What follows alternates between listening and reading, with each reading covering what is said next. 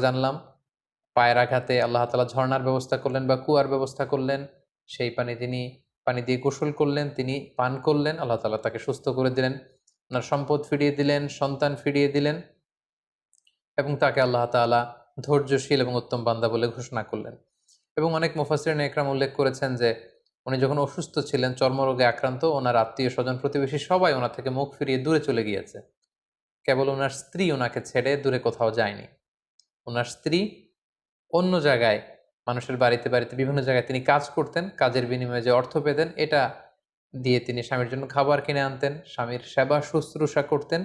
এই ১৩টি বছর তিনি তার অসুস্থ স্বামী আইয়ুব আলাইহিস সালামকে আগলে রেখেছিলেন। স্বামীকে ছেড়ে তিনি কোথাও চলে যাননি। সম্মানিত সুধী, এ পর্যায়ে আমরা আইয়ুব আলাইহিস সালামের জীবনী থেকে কিছু লাইফ লেসন আপনাদের সাথে শেয়ার করব। প্রথম যে লেসনটি আমরা পাই সেটা হচ্ছে, sickness could be a test.